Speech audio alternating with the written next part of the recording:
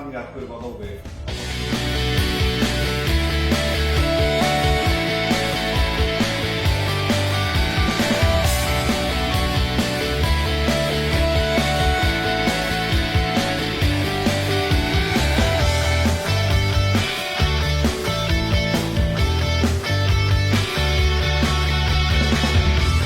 Mae gymaint o lanast a loneifion yn wylod y pentra, felly i gasglu si tua 600 o boteli y wythnos gyntaf.